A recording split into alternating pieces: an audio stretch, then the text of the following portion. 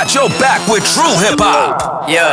The only station keeping you lit on Dunn Avenue. Live from the north side. You know where I be. It's Power 106.1, True Hip-Hop. Get your ass up. Hold on. Your breath is stinking right now. Oof, what you doing calling the radio station with your breath smelling like that? Brush your teeth, get the crust out your eye, and wake up to the Broadway Joe Morning Show on Power 92. 104.1 welcomes J. Cole back to Birmingham. What up, man, J. Cole? From his mama with K.O.D. He hard as shit. J. Cole and his KOD tour, September 13th at the BJCC. Tickets on sale now at 1041beat.com. Listen to The Breakfast Club to win your free tickets. J. Cole, bossed up for the city all day, every day. We give it to you straight off the boat. 101 The Wiz, Cincinnati's #1 for hip-hop and R&B. Ride out to commercial-free hip-hop. Yeah. 7 to 8 a.m. on your way to work.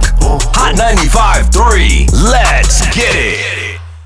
What's good, everybody? Welcome to another episode of Take Time Out with Tre Mosley. I am your host, Tre Mosley, and this brother, man, you know how folks say we go back? Well, we actually do go back. You know, Dane Reid he's different, and I like that he's different. We were talking right before we started this episode about how the grind culture is killing folks. You know, you always hear the saying that I'll sleep when I'm dead, and then all of a sudden your ass is gone. You know, he is a voice actor, but his approach to work and just life in general is a little different. And I think hearing his perspective may rewire you a little bit, or it may not. But either way, they ain't gonna be Dane. That's why I got him on here. So welcome to the stage, my brother, Mr. Dane Tre, Reid. I appreciate you.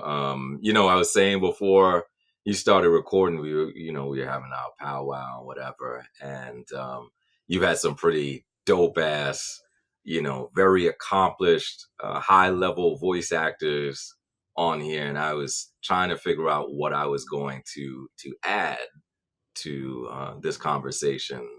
And as you said, right, like I can only be uniquely me. I've been doing voiceover for 21 years, and I've done some pretty dope stuff. I've done a lot of projects, a lot of small projects, some large projects, worked for some big companies. But the stuff that I have mostly done is, I get those medium market and small market clients, and develop relationships with them. And my concept about life is just like there's enough for all of us. Yeah. Right. And so I've gotten what is good for me. And I'm excited about when people in the industry have gotten what's good for them. I'm excited every time I see you post something, man, about something that you're on. I'm like geeked out as if I just booked it. You know what I'm saying? Because I know how hard you have worked. I know how hard you have prayed and put in that energy into getting the results that you want out of your voiceover career, and it's pretty phenomenal. So congratulations to you. Congratulations to all the other actors out there that I'm constantly hearing. And even sometimes I audition for something and I hear somebody else, I'm like, damn, I should have got that. But then I'm like, but I'm glad that person got it because it sounds good. You know what I mean? Of course, listen, and you know me, right? I'm a real honest dude. Sometimes you hear it and you be like, yo, that's trash. Right? Like I'm a dude. I'm gonna say, yo, that's trash. You know what I'm saying? But the majority of what I hear, from talent who have only been in the industry a year, 2 years, 3 years, it's like, wow, you know what I mean? They're doing some amazing things, and yeah, congratulations to everybody. So I want to touch on I always start off with this on my podcast. I like to talk about the before And what I find interesting about you, part of your before doing all this, you were a school teacher. Yeah. I taught after school programs. Um, I did that 1 year when I was in college. And then when I came out of college, I did that for 5 years. I actually majored in radio when I was in school. I did an internship my last year of college. And I was like, this is not for me. They were talking of one guy was telling me about how little they make Hmm. and how hard they work. And those are two things that just don't really register with me. You know what I'm saying? Like work hard, make little money. That just that wasn't a selling point. Right. And so I defaulted to working in the school system because I had been in school my entire life. I knew that school schedule, right? I knew that I got the whole summer off. I knew I got, 2 weeks off for Christmas and a week off for Thanksgiving and all of this stuff, right? Like that was super important to me. Yeah. So, I worked in the school system, teaching and learning have always been an integral part of my life. I like learning. I'm a learning nerd. It doesn't matter what the subject is, but there are some subjects that super fascinate me. Hmm. And when I learn something, I always want to go show it to other people. So working with kids, for that 5 years, perfectly fit me. But in that time, I started to explore my roots in the whole radio field because I had a professor who had brought the idea of doing voiceover to me while I was in school. Bill Clark, the late Bill Clark, and he was actually the program manager over at WCLK, which was the school radio station. Well, it's the radio station owned by the school, Hmm. but it's a jazz station. And he brought that idea to me about doing voiceover. And I looked it up back in the day. I'm aging myself, but there wasn't a lot of information on the internet because there wasn't a lot of internet back then. Right. Um, to put it in perspective, when he introduced the idea to me, I had to go to the school computer lab. Wow. Because we didn't have it at home yet. No, I didn't have it at home. No, didn't at home. I didn't have it on my phone or nothing. You know what I'm saying? This is the life that we lived. These kids would have never made it back then. I'm telling you. So I didn't find much information. But a few years later, while I was working in the school system, a friend said to me, just out of the blue, I'm thinking about this. I'm in New Orleans, and it just went off in my mind that I needed to go do some voiceover. I need to figure out how do I get into the voiceover world. And this is 2004. I'm at a convention in New Orleans, and I go into the lobby less than an hour from giving that some thought. And my buddy calls me and he says, Dane, I don't know what it is, man. I just feel like you just need to get into voiceover. Mm. And it was like, this is a strange coincidence, but you know what?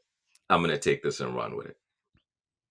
And that's how I started exploring it. I found another talent who was local to Atlanta. I called her on the phone and she gave me the lowdown, and I wish I remember her name, but she gave me some information about what I needed to do. So I wrote it down and I followed her steps by step. Hmm. And a few weeks I had a demo. This is not how you do it at home, kids. Don't follow this. But I had a demo that I started shopping, and I made a couple bucks that first year. Bought all this, equipment and stuff like that, and I shopped it around Atlanta. What I really loved about voiceover back in the day was producing and hearing radio imaging. Hmm. And here in Atlanta, there were a bunch of big voice guys who used to do weekly commercials for all the nightclubs. And I'm going to all these clubs, I'm partying and everything like that. And I used to go because I would hear these big voice ads. These guys were unhinged in a lot of ways because they were allowed to say whatever they wanted to. Yeah. right? And I was like, yo, I'm a New Yorker. Like, if anybody can come up with saying whatever they want to, it's me. You know what I'm saying?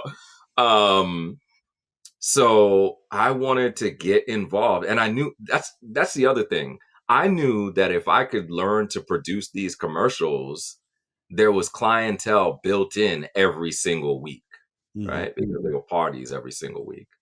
Um, and so I started soliciting business in that. I learned how to produce radio ads, and from there, it started here in Atlanta.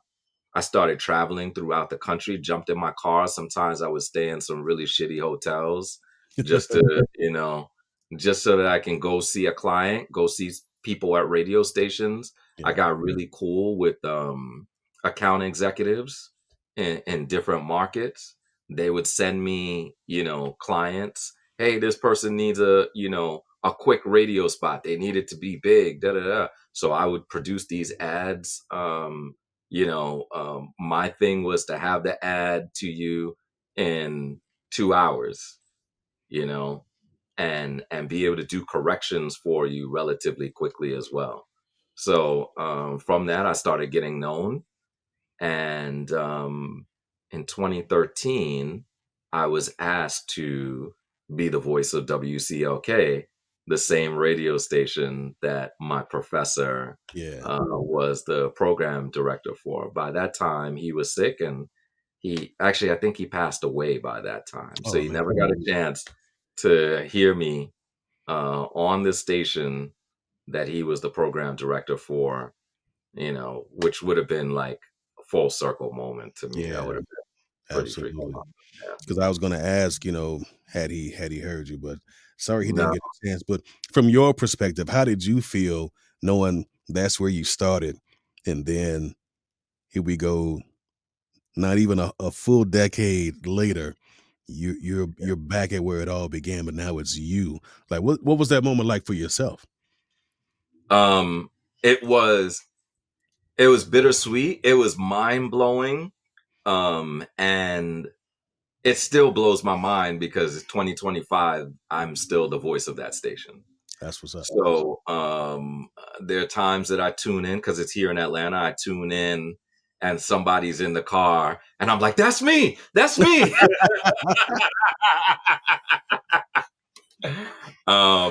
My station client list has grown. Gosh, I probably have 30 stations around the country. A lot of iHeart stations and some other small independent stations. I do Mhm. video for, man, and I do imaging for, and so imaging has been, my thing, I guess, since 2013, but it's really took off for me. I want to say like 2016, 2017. Mhm. Um, and it's not easy to get into. A lot of, what I've done has been through personal relationships. So, again, people heard the commercials that I used to produce, Yeah. and then they'll say, "Hey, we know X person who's looking for an imaging person, can you do that?" And so, yeah, then it became a thing. I started working with the mixed group. The mixed group took me on, and they gave me some stations in that time, and Talk yeah. about sorry, I didn't mean to cut you off. Talk about that though, because I know um there are so many different genres in voiceover, but imaging to me is what imaging for radio is what trailers are for movies. You have And a what promos are Yeah, for TV. for TV. Yeah. You have a core group of people that are doing imaging, that are doing trailers, and that are doing promo. I've been Mhm. lucky enough to kind of have a finger in all three at one point in my career. But for someone who does it full time, what is going on? Explain what the process is, because I know imaging is a very difficult bridge to cross, Yeah. more so than promo and trailer, because radio is very tight knit.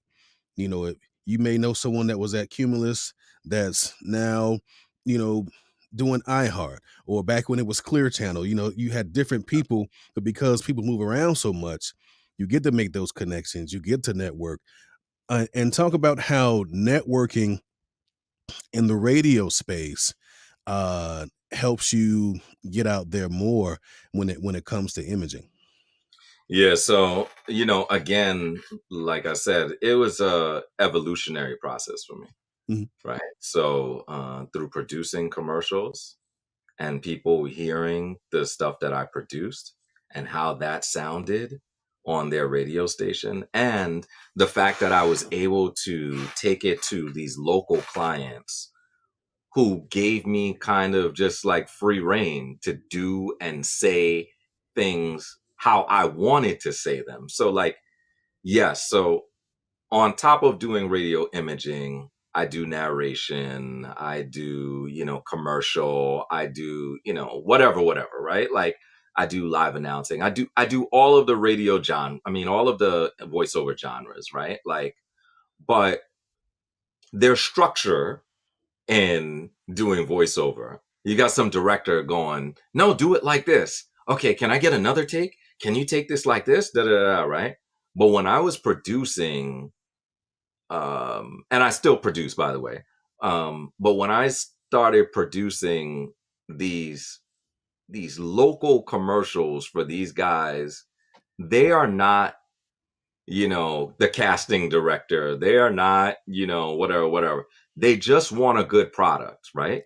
Yeah. And a lot of it comes down to the ability for me to just make an attention grabbing product, because you have the radio announcers doing their thing. They're producing commercials. You have, the commercials that other voiceover talent are producing for Bank of America and all this stuff. And you have 7 minutes, generally 5 to 7 minutes of commercial breaks.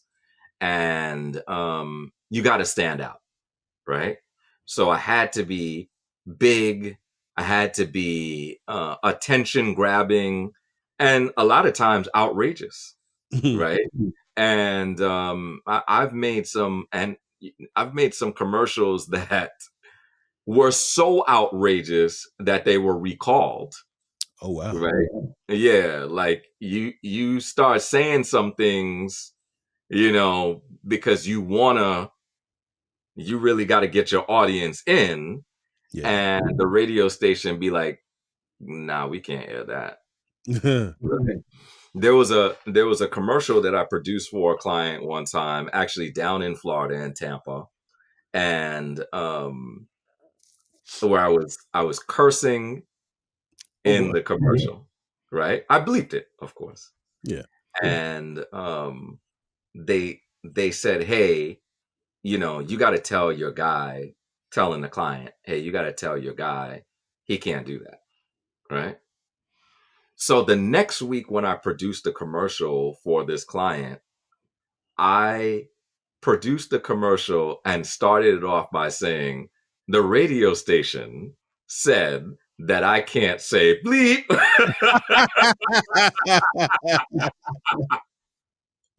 Right? And I appreciate the radio station for doing their job. So next time you see anyone at the radio station, please tell them I said bleep you. But the way that I bleeped it, I started off by saying right? Oh, okay. But it ended with Yeah. so it could have gone either way. You know what I mean? So you crossed the line a little bit. You crossed the line a little bit. Yeah. But they aired it. You know what I'm saying? Because they got it. They understood, like, okay, we see what he's doing. But see, Yeah. and I think So part of that's being but that's the kind of stuff that caught people's attention. right. And because I'm dealing with the kind of client that wasn't so particular about, no, put your inflection on this, right? It gave me free reign. It gave me an opportunity to be heard. And then people started saying, who's that guy? I did a series of commercials here in Atlanta for a strip club which got me 2 stations years and years later, you know, like because the commercials were so outrageous, it's just so imaging, the road for imaging can be different for everyone. Mhm. But again, for me, because I was already being heard, it put a certain reputation around my work. What do you feel about the current state of VO in particular, um, concerning concerns from a lot of actors about AI and its uh, surgence? Yeah. Yeah, listen. Um, we have a worldwide problem. We don't just have a VO problem, right? Of Right. course, it threatens us as voice actors, but it's gonna threaten doctors. It's gonna threaten lawyers. It's gonna threaten people who, spend $100,000 $200,000 to go past just a bachelor's degree in order to get, their specialty degree. Hmm. Um, that creates a whole societal issue. Creative fields will become democratized, and once things happen like that, then nothing is worth anything. Yeah. Um, you'll see a collection of money, um, by people at the top who created the tools, and then everybody else is going to be poor. So, what my man said to me years ago, what a friend of mine said to me years ago, was he said, it's a money grab, right? So grab yours and hold on. Mm. I'm personally saddened uh, by seeing creative fields go down the direction that we're presently going. Yeah. And the reason is because I have put 21 years into it, right? Um, I know you've put a lot of time and a lot of effort and energy into it as well. And so, what I said 2 years ago, well, maybe not even 2 years ago, maybe a year ago, is that I'll start worrying about, my career when the people who hire me start being replaced. Well, this year, a lot of those people are being replaced, Wow. right? Yeah. So, um, so yes, the voiceover guy you say, hey, he's at the bottom of the totem pole, right? But if one person can go into one AI tool and create the video, the script, the voiceover, you know what I'm saying? Then and ask AI for the best way to advertise this, right? They can create all the slides and whatever. So now all of the creative people who came up with the ideas are gone. All of the people who hired, the casting directors, the Hmm. producer, da da da, they're all replaced by one person who sits at a computer and types this in and says, "Hey, I got this idea," and whatever. So now those people are gone from calling me and hiring me. So that part gets a little bit worrying. Um, but I think also too, like I said before, it's worrying for me when people don't work. So as a society, if we're all out of work, then what do we do? Yeah. We can create all these. It's, oh gosh, we can go to this AI tool and we can create a whole movie. Well, now there's 300 million people in America creating movies. Now who's watching them? There you go. So that because there's 300 million movies now. Hmm. So now those movies aren't worth as much as they were when they were the Hollywood blockbusters that we had to go to the movie theater to see because we didn't get a lot of movie selection. Now, when there's a selection of things, then it's not really worth anything, right? Yeah, and think about how it trickles because, Mhm. like you were saying, as far as what we do, if you take the ad agencies out of it, then there's no need for the ad agencies to have the castings to find the voice actors. So now, if AI is doing that by human, ad agency, you can just type in a prompt and say, "Find me, show me the demographic between 18 and 50 years old men. What type That of buys this, right? Buys yeah, X product, right? yeah." So it just So tells you. so Mhm. you're adding you're taking these different layers away. Yeah, It's almost like if someone built a house and then at the last second they decided, you know what, this house is too big for me. So now I'm going to downscale. And instead of a 3-story or a 2-story, 5-bedroom house, you just start knocking everything down. Now you just got this, 1,700 square foot building. That's what AI is. It's scaling everything down to where nothing else is going to be needed. Um, I try to look at it as a tool, which it can be, but I mhm. think what's going to happen is it's going to go from being a tool to being a crutch. And Yeah, when that happens, and it's already happening, um, people are going to be less and less dependent on this, and when they can just clickety clack, like you said, and come up with something, and I think that's what sucks about it. And I've seen AI in certain aspects that have been good. I'm like, okay, that's cool that it can help yeah, again, a tool yeah, determine this and this. But when you rely on it so heavily to now you're taking thinking out of the whole equation. Hey, yeah, AI, do this for me instead of can you show me or can you help me? yeah. Then that's going to be We'll we'll see the a lot of great ideas, and in the beginning, we're going to be so excited about all of these things that we could have never done before, hmm and then we're just going to see a complete incursion of AI slop, and it's not going to be worth anything.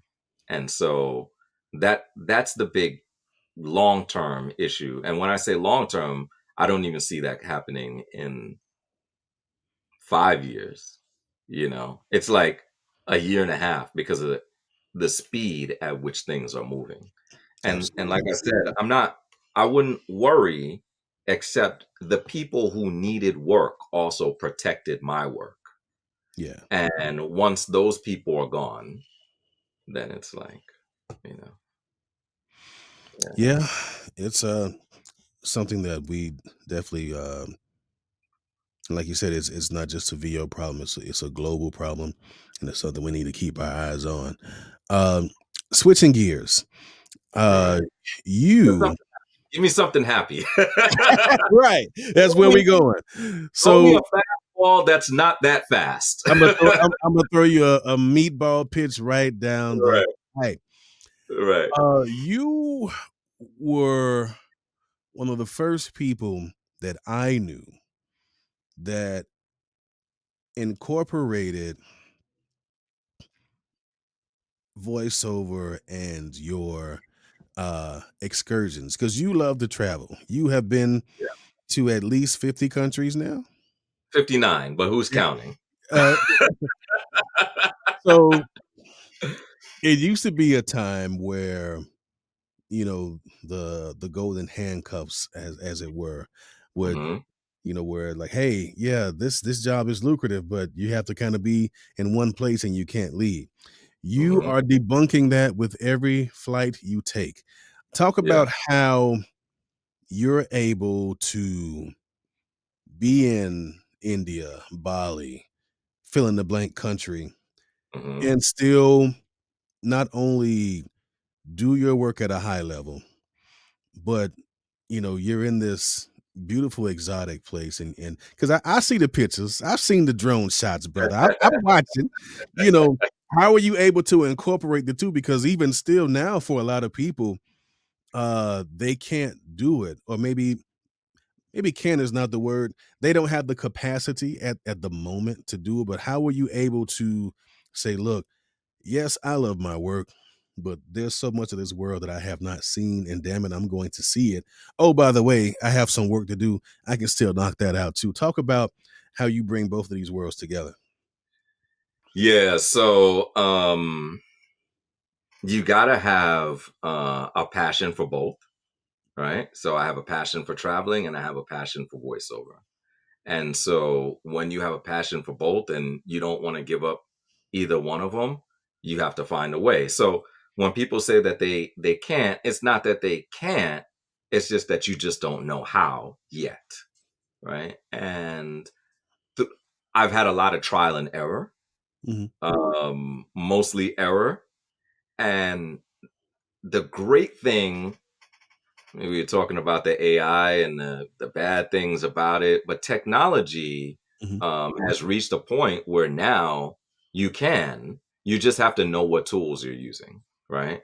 When I see people still talking about they need to get, a certain vocal booth for $10,000 and everything like that, I'm like, why? I could record the same thing in the middle of Times Square. I don't know if you saw my recent video that I did where I literally recorded a commercial in a busy airport, Yeah, right? yeah, yeah. Yeah, there's noise in the background and everything, but I knocked this commercial out in an hour sitting in the airport in Barranquilla, Colombia, because I had time. The client called me. He really wanted me to produce this commercial. Mhm. And it's like, well, I'm not doing anything else. Let me get this money because this money needs to pay for back home and for these trips that I'm making. That's right. So I produced this commercial, which I put on my YouTube channel, and I posted it other places, uh, because at this point I know what the tools are. I use an Apollo. An Apollo has some amazing tools that you can use. Of course, everybody knows about Sea Cleaner, but there are other tools that you can use that act as very powerful but selective noise gating, so you don't hear that announcement in Spanish for the next gate that's about to take off. That wasn't included in there.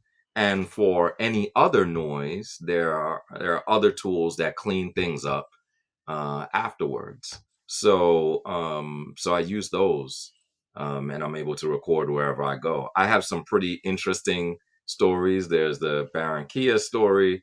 I was at a festival last year and I was called about doing some work. This is also in Colombia, actually, and I was like, "Damn, I can't go home or I can't go back to the hotel to record this." And so the agent was like, "Hey, well, just record this on your phone, Mm. right?"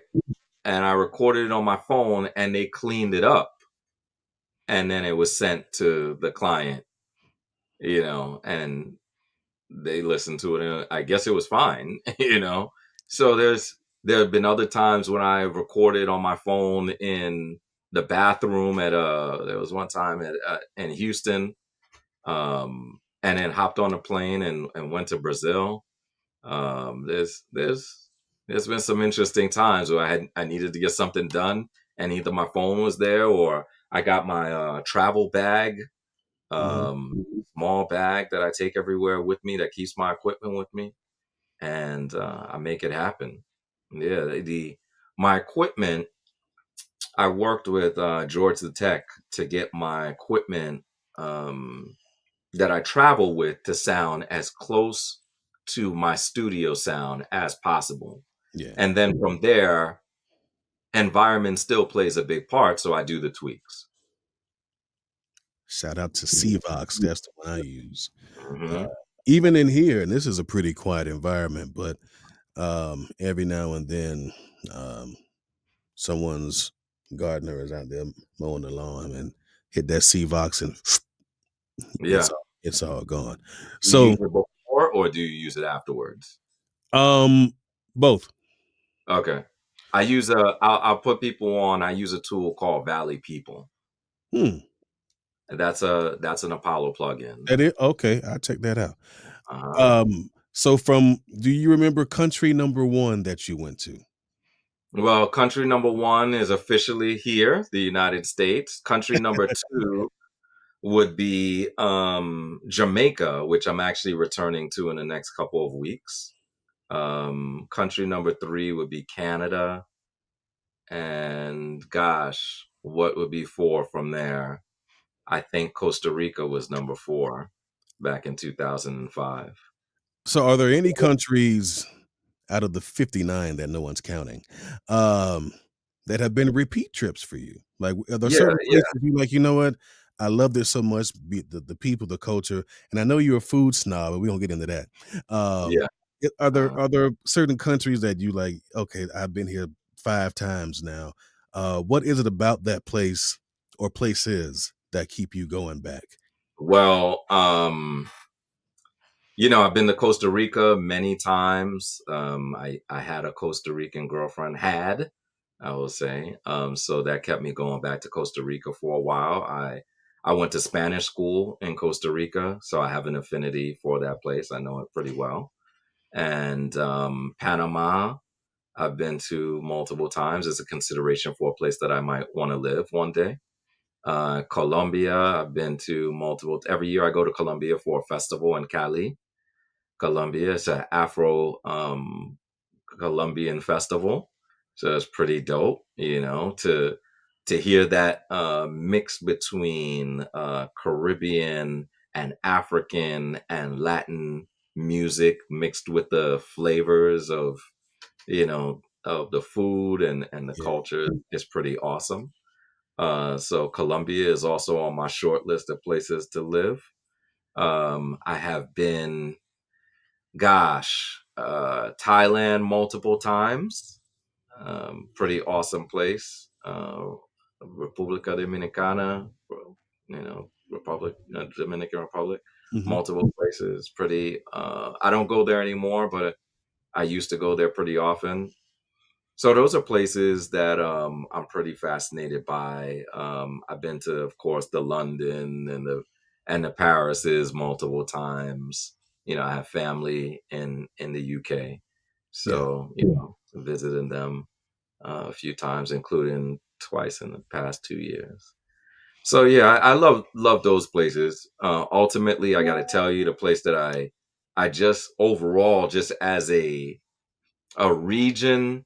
I've always loved Latin America, um, but I have grown to really love Asia as well. Nice. Now, Yeah. I wanna talk about something that I thought was really dope. Not too long ago, and this is speaking of the traveling, and I know that you have a great relationship with your mom. Tell me Yeah. about the time you surprised her Oh and man. took her on that trip. Oh man. Listen. So my parents have supported me throughout this voiceover journey. Yeah. Right. When I said I wanted to do voiceover, back in 2004, they didn't think that I was crazy or anything. They were like, hey, go do it. And when I was broke trying to do it, they kept me alive with, cans of salmon and, and cabbage and, all kinds of things, right? They gave me money. They gave me loans that were family loans when I needed it. They gave me a place to stay when I had no place to stay. As things developed in my voiceover career, they weren't easy, but I Yeah. believed in that I was going to be successful in doing this. And so as my mother saw me being able to actually fulfill my childhood dream of traveling the world, because honestly that's how I've always been. I've always wanted to just learn culture, and just be part of things different. And wow, I'm here, I'm there. So like it's been exciting for me. Mhm. And I remember I was in Turkey for my birthday a couple years ago, and my dad says to me, "Man, you're living the life that I always wanted to live." Wow. That made me feel so proud. like, wow, And years prior, my mother said to me she had always wanted to go to Israel, right? And my mother's a Christian. And so she always wanted to see many of the places that she's read about in the Bible. Yeah. And so I talked to my brother and I said, hey, let's do this. And my brother was like, well, let me bring my family as well. So my mother was turning 75.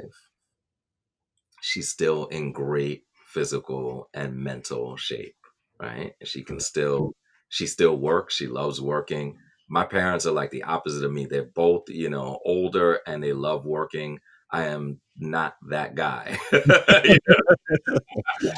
Work less, make more, please. Hey now. Hey now. So I was able to contribute to taking my mother to Israel and surprising her. So I told her to just pack up her stuff. I told her what to wear. Didn't tell her where we were going. We went to the airport. She still has no idea where we're going. We get to the gate. She's not even paying attention. She goes to the bathroom. She comes out. I said, "Hey, Ma, do you know where we're going?" She says, "No." And I put this all on video. Mm-hmm. And I said, "Hey, look up at the boarding gate." And she's like, Tel Aviv? And I said, "Yep, we're going to Israel." And she just broke out and cried. Yeah, that was real cool, Broke man. out and cried. So yeah, that was a great moment, being able to contribute to my mom's um going and fulfilling her dream, you Yeah. know. And then last year, my dad and I went, well, my family, my older brother passed away some years ago. We never got a chance to do a memorial for him because Mm. it was COVID. So we did a memorial last year. My dad used to be stationed in the UK and said, hey, I never, while I was living here, got a chance to go to Paris.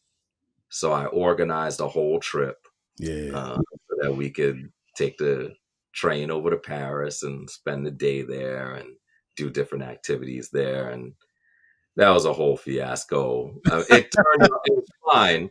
It was fine, but the train from Paris was leaving at 1800 hours. And somehow in my mind, I thought that was 8 o'clock. 6. And it's 6 o'clock, right? So I was like, hey, let's get there early at 7. And the train had taken off. So we ended up spending the night sitting in Burger King. What? Yeah, well, part of the night we went to the bus station. We were going to take the bus back, and these guys kept trying to hustle us. Mm. We had bought bus tickets online, but because the bus station officially closed, there was no one to regulate the buses, and these guys turned this into a whole scam. Hey, you want to get on this bus? You got to pay us. Da, da, da, da. So we were like, nah, we done with that. And we just sat in the Burger King until the next morning, until the train station opened back up, and caught the train. We had to pay like $50 or something per person to change the ticket or something like that. But it's an adventure. It's a story. Mhm. It's a story in our lives. So it's cool. How does that feel? Because having the support, I know you was like, wow, but just to touch on that even more, how does it feel knowing that here are two people that saw something in you and said, you know what, if my boy wants to do this thing, I'm not going to be like, well, it's kind of hard to get into that industry and well, not everybody makes it. But instead they was like, hey, go see what the world can provide you. And then you make it and you go, you know what?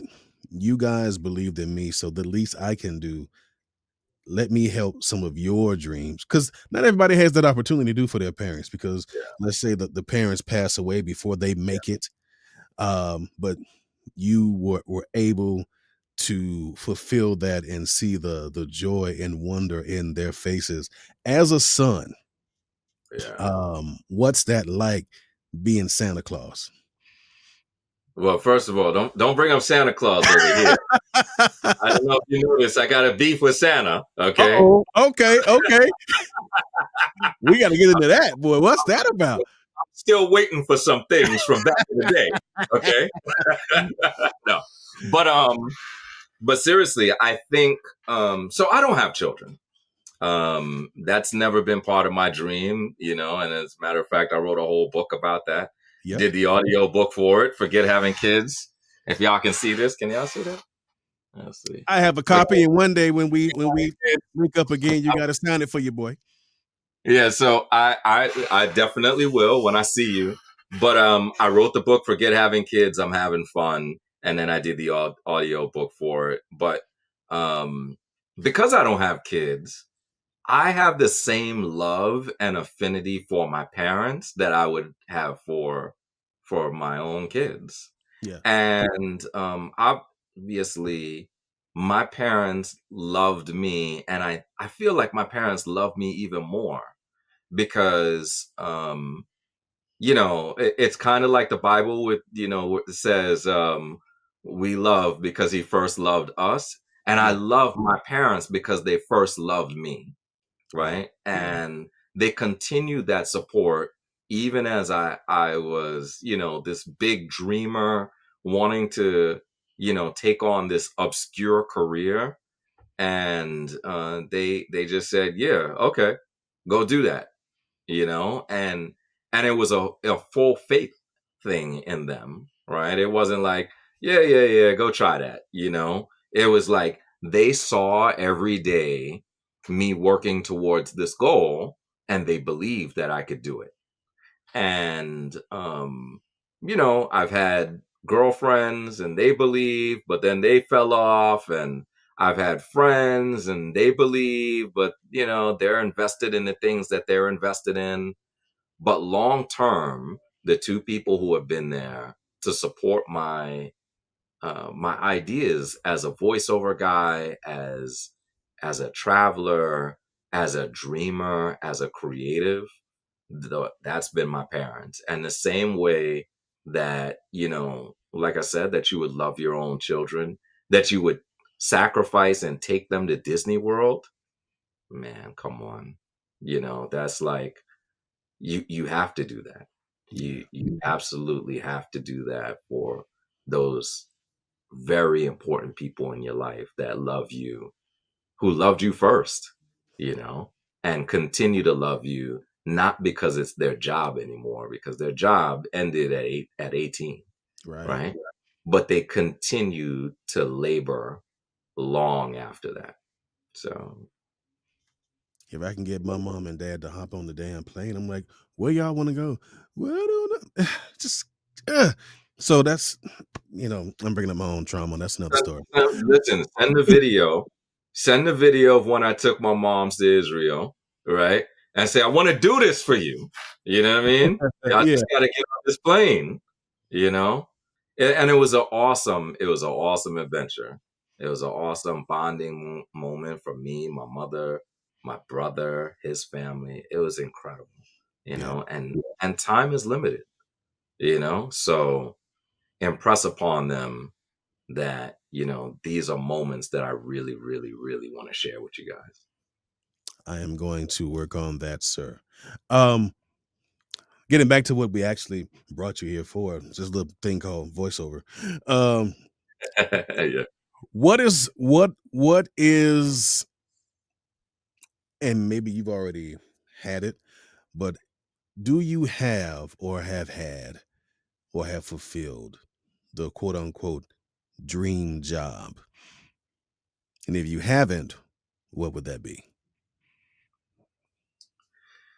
So there are things that I have done that have been like, wow, Mhm. I did that. Um, the interesting thing about what I do and the way that I do it is that I do things and I keep going. So, as much as I love voiceover, it's not the focus of my life. Yeah. I work to live. I don't live to work. So when I'm done with something, I just banged out, this commercial, I just banged out, this narration or whatever, whatever. If you ask me about it the next day, I really couldn't tell you much about it. I keep moving. And so there's nothing like, oh my gosh, you know what I mean? Yeah. Um, I did comment the other day, I have not done promo, and it would seem natural for me to do promo. But the reason why I've never extended myself to promo is because it's a right now kind of job. So we could be in the middle of this interview and Hmm. someone says, hey, there's this breaking whatever, whatever. I gotta be like, yo, Trey, I gotta hit you back, man. You know what I'm saying? Let's continue this later. Yeah. Well, that's cool for the majority of the time that I'm sitting in my house, but that would have never worked at the time that I was at that festival because taking it on my phone, that just wouldn't have worked, right? Yeah. Or when I'm on I traveled back from Asia last year. From door to door, it was 44 hours. That's 44 hours that I would have been missing, right? Hmm. And so it's like you you just can't, there are times you absolutely can't. And with radio imaging, I can say, I'll give that to you in 24 hours, sometimes 48 hours. They notify you generally well in advance, and Hmm. promo doesn't work like that. If I was a, more stationary, more golden handcuffs kind of guy, then I would have pursued promos passionately. So that's like the one thing that, my voice is built for promos. The way that I act is built for promos. um but I just haven't pursued promos because, again, I do voiceover because I love it, but it also provides me a certain amount of freedom that I really, really enjoy. Yeah. Which brings me into this right before we end. Um, and we touched on it earlier in the show. Um, why do you feel that the mentality that has been ingrained in us for so many years is that in order to succeed, you really have to grind and put in all these, there's the people who say if you haven't you master something if you put in 10,000 hours. Even in exercise, it's like you need 10,000 steps a day. And why do you feel that the more excessive the effort is for a thing that it's deemed as successful? Yeah, so that's a very cultural thing. It's a very it's a thing that we learn here in our country from the time that we're very young. I it's never been a part of my spirit. Hmm. And as I was saying to you earlier before we started rolling, when I got a chance to start traveling, I started seeing people who were successful, but not necessarily financially. So we define success by the things that we have, and we accumulate these things that they only have value if you value them. And so listen, I'm not, I'm not a broke dude, right? Like I own some things, right? Like I Yeah. enjoy some things in life. But what I learned through traveling is, what do you value and why do you value it? Right. Yeah. So what I learned is that I value freedom, and not necessarily, not freedom to just yell freedom, saying I'm free to do. No, what I value is being able to make some very important choices about when and where and with whom, and what I get to do and how I get to express myself as a human being. And I value learning, and I value teaching, and I value experiencing. And so, in the time that I have traveled, I have seen other people and other cultures that value those things and don't have a lot of money. Very briefly, I had an experience in 2014, and the first time that I went to Colombia, I was in the most dangerous neighborhood in Colombia walking around, because I'm that kind of crazy dude, right? Hmm. And these people were up there, and they're having fun with their families, right? They're just running around, the kids running around, and everybody's so happy. And this is one of the most dirt poor neighborhoods in Medellin. Mm-hmm. And I couldn't figure out why. You guys don't have any. And then a light bulb went off. No, they have a lot. They have the freedom that a lot of us don't have because we're spending so much time fulfilling the ideas Mm-hmm. that we need to grind, that I make 10,000 a month, now I need to make 20, I need to make 30, I need to make 50, 100,000 a month. But what are you doing it for? And then you have to ask the question, where did you get that idea that you need that much money for so little time? And it comes from your culture. Yeah. It comes from the culture of burning you out to the point that you can't even take time off to learn and to appreciate other things. And so voiceover for me has allowed me to do both. It's allowed me to do something that I really enjoy in terms of being creative, Mm-hmm. but also to express myself, while I'm in the airport, waiting for my next flight, and still go to awesome festivals, pet alligators, and, and hang out with tigers in tiger cages, and do all kinds of other stuff, flying through the air and all that stuff. You know what I mean?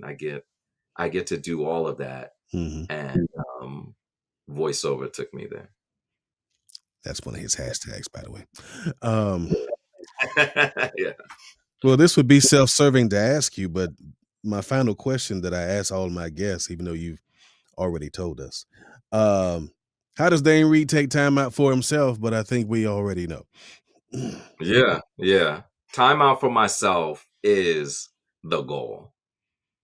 And being creative and doing voiceover or any kind of work I did, if I wasn't doing this and I was serving tables, if I was mopping the floor, which are all, very dignified jobs as well, Mhm. right? I would be doing it as a vehicle to finding the things that I really enjoy. I'm just fortunate that I was blessed with the voice that I was given, and then two, I cultivated the acting ability that I have in order to make it happen. So yeah, I mean, that enjoying life is the goal, and thank goodness for the vehicle. There you go.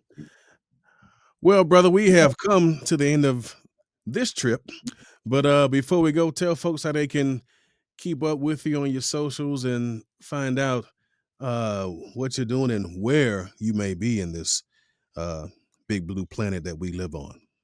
Instagram is the best way to keep up with me, honestly, in terms of what I'm doing socially. And that would be Instagram, Dane Reid, DANE_REID. And then, my work, like I said, is super important to me. I love my work. Definitely, check me out on youtube.com/Dane Reid Media. I post videos there every once in a while of, the stuff that I'm doing with my work.